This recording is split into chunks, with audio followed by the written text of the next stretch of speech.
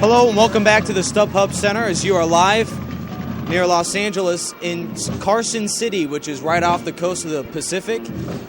17-7, St. John Bosco over De La Salle as we are getting set for the halftime report presented by High School Scoreboard. They definitely have it all the stats, scores, and news from around the high school varsity level.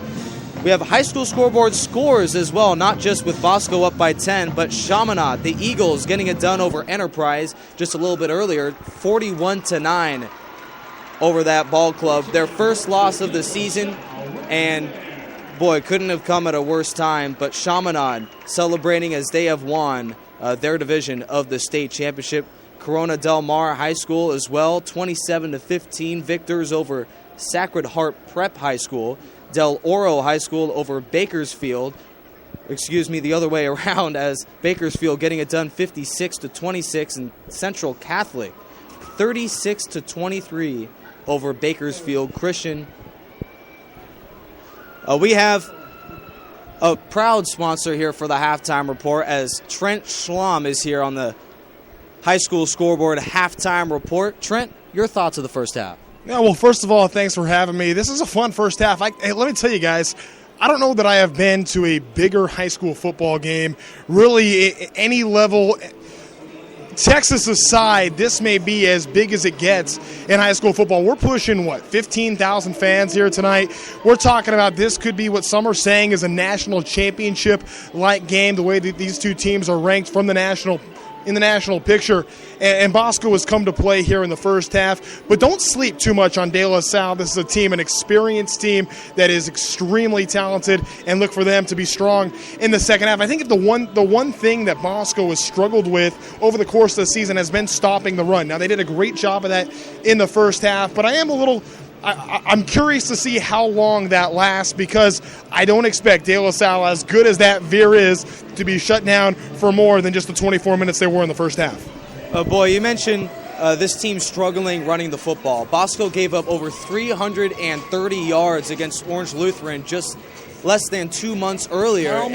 Yeah, absolutely. I mean, Orange Lutheran, perhaps the most contrary to this De La Salle running attack. Both run the veer option, and both, to some extent, and both have a powerful running game, not the same sort of production through the air.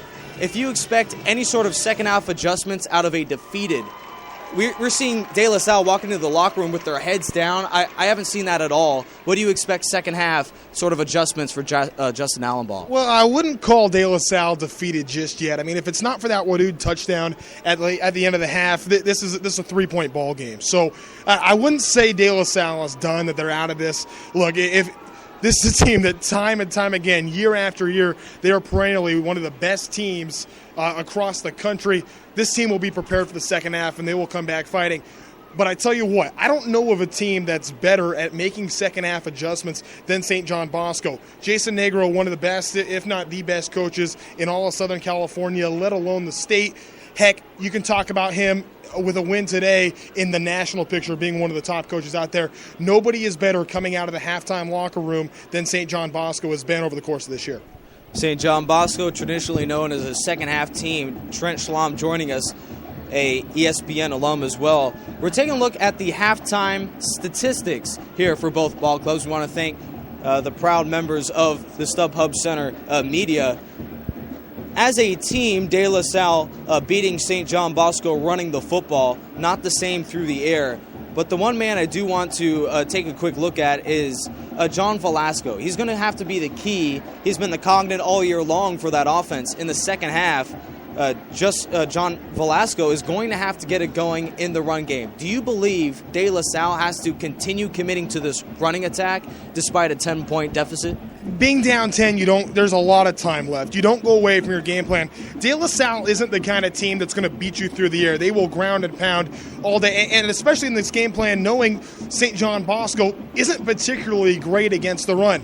In the first half, it didn't work so well. Bosco came out firing. De La Salle can't go away from the veer. That's been their bread and butter for 35 years.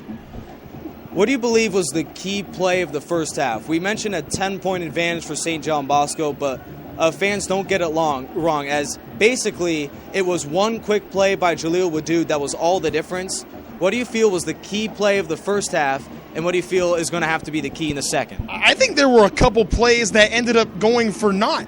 There was a couple of times you got to tell your guys to dive on the football. You can't have 300-pound linemen trying to scoop and score. That's not going to happen. You got to fall on it. There was a couple chances that Bosco had to get turnovers. I think those hurt. Also, when St. John Bosco called, there was the inadvertent whistle on that kickoff, which would have been a turnover in favor of De La Salle. That was huge. They would have gotten the ball with great field position and plenty of time to score. Instead, they get to kick it again. Bosco puts together that touchdown scoring drive. That was a huge play. Boy, absolutely. We're going to be right back with some more halftime coverage here live from the StubHub Center in Carson City. A vibrant crowd here nearing 20,000 strong as we are set for a wild second half. Trent Slom and maybe a little bit of Chris Sylvester here along with Nick Rice for more coverage of the halftime and live in Carson City. We'll be right back. This is Spreaker.com's National Sports. Tam's Pizzeria is a proud sponsor of the St. John Bosco Football Radio Network. Tam's has it all: pizza, wings, burgers, and more. Say Braves #1 when you order any specialty pizza and receive $2 off. Call in and order at 562-925-7700. Again, 562-925-7700. Walk-ins are always welcome as Tam's is located on the corner of Bellflower and Rosecrans. Tam's Pizzeria. They have it all. Your St. John Bosco Braves and De La Salle Spartans have made it to the state championship game. However, these two teams have gone through starkly different roads to reach tonight's contest. For Bellflower St. John Bosco, the Braves were the doormat of the Trinity League, posting a 3-7 overall mark in 2010. However, with a revamped coaching staff and a retooled personnel change from top to bottom, this team has now been regarded as one of the top teams in the United States. It's been a far different story for the De La Salle Spartans, who have reached the championship game ever since the contest's debut in 2006. Ensuing the De La Salle 2012 state championship, an off-season filled with coaching change and a revamped roster has still produced a similar result, as the 2013 version of the De La Salle Spartans are an undefeated 14-0 and one game away from immortality as well. This undefeated run is the latest chapter in a 40-game winning streak for the Spartans, a streak that has lasted over 2.5 years.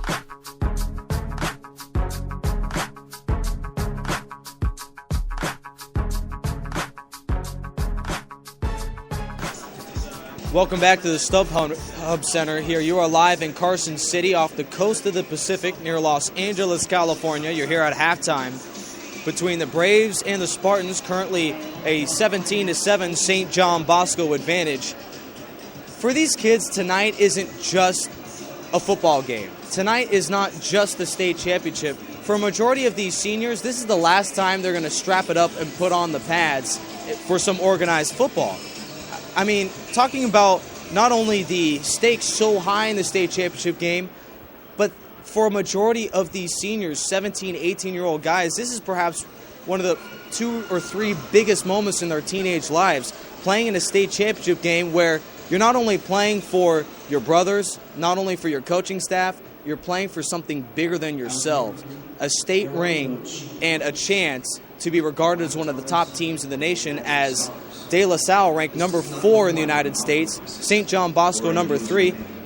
Tell me, Chris, how big is this game for a majority of these players? Well, like you said, for the majority of these seniors who aren't going off to Division I, or for that matter of fact, any college ranked to play organized football at the next level, you know, it's sad. I mean, it's going to be the last time they're going to strap it up. This is the last time that both of these teams are going to play as cohesive units. These two units with these same rosters, they're never going to play with each other again. This is the last time for both of these teams. And win or lose, you got to be happy with the job you've done to get here so far. It's not easy to get to the open division, especially for St. John Bosco. This is the first time in school history they've been this far down the road, and they're just a half a football away, up 17-7 here at halftime, away from doing just that. And, you know, it's been a magical season for St. John Bosco. It's been yet again another magical season for the De La Salle Spartans, and like you said, it's bigger than football. I mean, if St. John Bosco can hold on to this, I mean, this will be something hundreds of years down the road, per se, that is not going to be forgotten. The 2013 St. John Bosco Braves, if in fact they can hang on to this 17-7 halftime lead, which won't be easy to do against a team that's on a 40-game winning streak, a team that doesn't know how to lose, this 2013 St. John Bosco team will never be forgotten. They will go down, they already are down as the best football team in St. John Bosco history, but to win a CIF Championship, go undefeated, win Trinity League once again, which isn't easy to do, as we know, and to win a state championship against a powerhouse perennially, not even in the state of California, but we're talking the entire nation.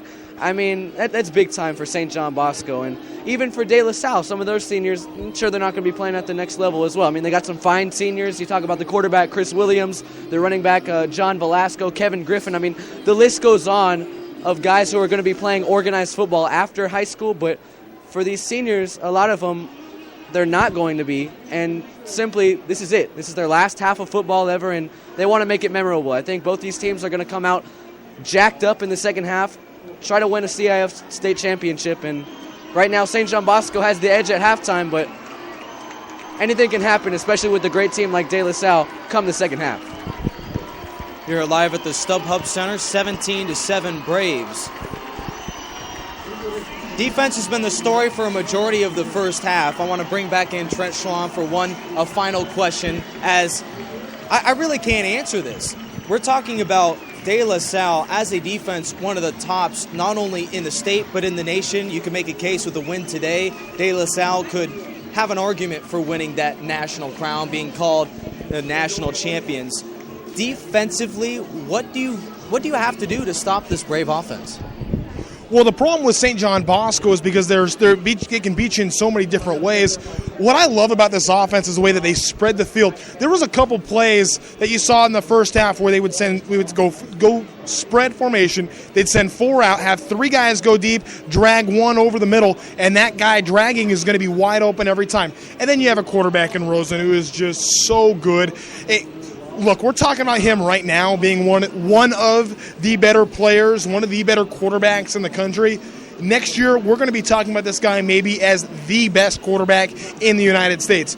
We're not far away, and I don't want to talk hyperbole here. This is a guy that can win a Heisman Trophy down the road. He is somebody that is that talented and has that kind of upside, that kind of potential. So through the air, it's so tough to stop St. John Bosco.